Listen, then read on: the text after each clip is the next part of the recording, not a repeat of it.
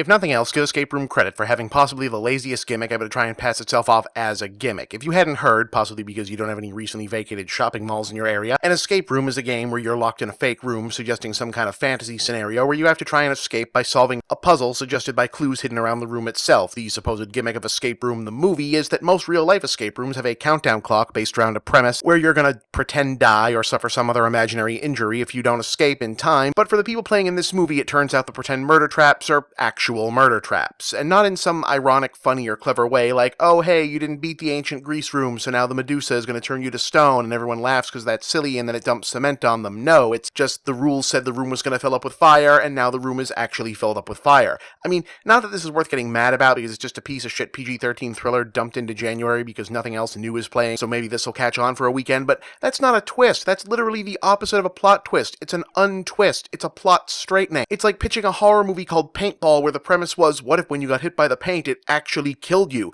Well, for one, now the only novel aspect of the premise is gone. That's just a regular gunfight. But yeah, now that's the entire thing, the whole premise. And if upon hearing that you think you can plot the whole thing out in your head based on having seen one or two of the Saw movies and maybe Cube before, well, so did I, and it turned out I was mostly wrong because I kept giving Escape Room too much credit, no matter how low my expectations continued to drop, and thus second-guessing my way to a better movie, mostly by assuming that the various instances of clunky dialogue, bad writing, inexplicable directorial and editing decisions, super obvious continuity problems, bizarrely inconsistent expectations of suspensions of disbelief, and just all-around bad filmmaking choices were so wrong-headed they must be setups for plot twists and character reveals to come, and then, nope, not a one. Everything is pretty much exactly what it looks like, every character is exactly who they appear to be, and while I expect some of that may have involved some reshoots and script changes at some point, if you tried to imagine the most boring, unsatisfying, pointless, generic answer to what's going on and who's responsible for Escape Room to arrive at, you'd still be impressed at how much worse what they've come up with is. It's also a shockingly lazy piece of work. One might assume the only reason to make a killer Escape Room movie is because you'd thought up between 70 and 90 minutes worth of gags wherein the kind of elaborate practical brain teaser puzzles that are the whole point of real-life escape rooms could be put to lethal ends, but Escape Room jumps right into the realm of preposterously high-tech hologram projections and sci-fi virtualization as early as the second room, which feels like the most pointless cheat of its own premise possible until a subsequent sequence built around characters being affected with mind-altering drugs. In other words, the film can't even sustain interest in its own premise, so why should you? Sometimes, but not often, but sometimes, a movie like this can get by on an engaging cast and make up the difference since we're really just going to be stuck with these people for 90 minutes, but no luck here. Granted, no one is terrible, and yes, it's kind of nice to see Deborah Ann Wall do something other than act as the emotional support bestie to a rotating cast of self-immolating Marvel Netflix sad sacks, but she still doesn't get to do much as an Iraq veteran with a grab bag of PTSD afflictions, beyond auditioning for action roles in hopefully better movies by looking more or less convincing in the upside-down room sequence that comes the closest to actually doing something novel with the premise.